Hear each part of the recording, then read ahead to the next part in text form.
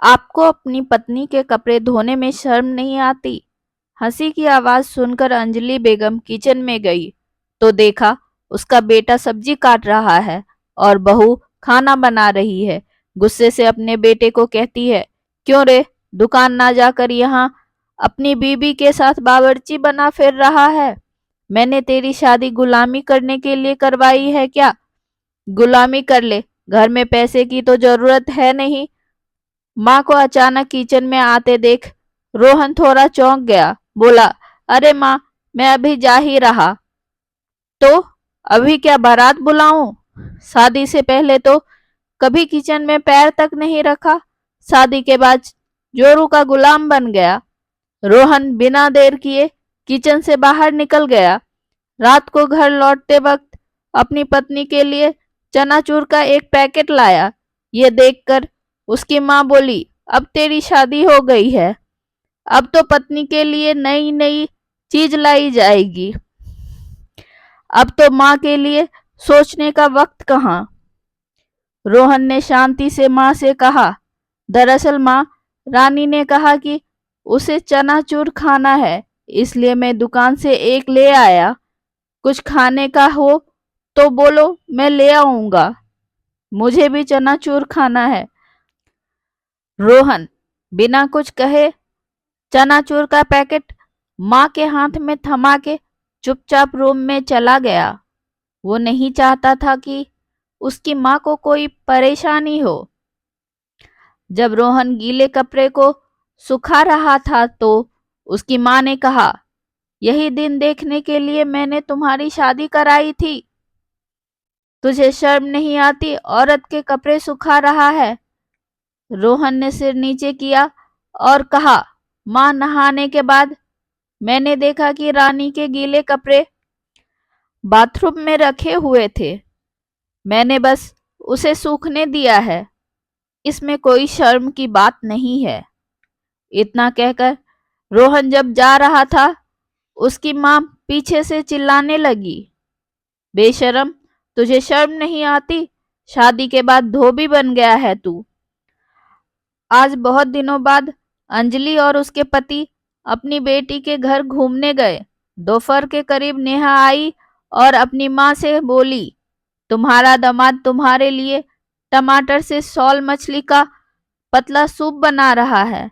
उसके हाथ में जादू है, खा के बताना। अंजलि बेगम ने मुस्कुराते हुए कहा, दामाद खाना बना सकते हैं? माँ, वो हमेशा खाना बनाने में मेरी मदद करते हैं। रात को जब दामाद घर लौटता है तो अंजलि बेगम बोली, बेटा, ऑफिस से लौटने में इतनी देर हो गई? दामाद अनिल हंसा और बोला, पूछिए मत माँ, तुम्हारी बेटी ने फोन किया और कहा कि उसे आइसक्रीम खाना है। उसकी पसंदीदा आइसक्रीम लेने में लेट हो गया। माँ, क्या तुम आइसक्रीम खाओगी? अंजलि बेगम मुस्कुराई और बोली, नहीं बेटा, मैं वो नहीं खाती, तुम जाके नेहा को दे दो। अगली सुबह अंजलि बेगम ने देखा उनका दामाद नेहा को बुला रहा है और कह रहा है कि अपने गंदे कपड़े दे दो, मैं उन्हें धो के ऑफिस निकल जाऊंगा। ये देखकर अंजलि बेगम की आंखों में आंसू आ गए। अंजलि बेगम के आंखों में आंसू देखकर उसके पति ने पूछा, क्यों रो रही हो? अंजलि बेगम ने अपने आंसू पोंछते हुए कहा, मैंने कभी नहीं सोचा था कि किसी लड़की के भाग में इतनी खुशी हो सकती है। दामाद उसका कितना ख्याल रखता है। उस पर उसका पति मुस्कुराया और बोला, दामाद अच्छा है क्योंकि वो अपनी बेटी की सारी बातें मानता है, बुरा है क्योंकि वो अपनी बीबी की सारी बातें मानता है। दामाद का इतना प्यार देखकर तुम्हारी आंखों में आंसू आ गया, पर अपने बेटे का इतना प्यार देखकर तुम्हें जलन हो रही है। तुम्हारा बेटा रसोई में जाएगा तो तुम्हें अच्छा नहीं लगता, उसके लिए खाना बनाएगा तो तुम्हें अच्छा नहीं लगता, उसके कपड़े धोए तब भी तुम्हें अच्छा नहीं लगता, लेकिन तुम्हारा दामाद करेगा तो तुम्हें खुशी मिलेगी। लोग हमेशा कहते हैं कि बहू कभी अपनी सास को अपनी माँ का दर्जा नहीं दे पाती, लेकिन समाज में कितनी ऐसी औरत होगी जो अपनी बहू को अपनी बेटी का दर्जा देती है। पति की बात सुनकर अंजलि बेगम को अपनी गलती समझ आ गई। अगले दिन अंजलि बेगम घर गई तो उसने देखा कि बेटा अपनी पत्नी के बालों में कंघी कर रहा है।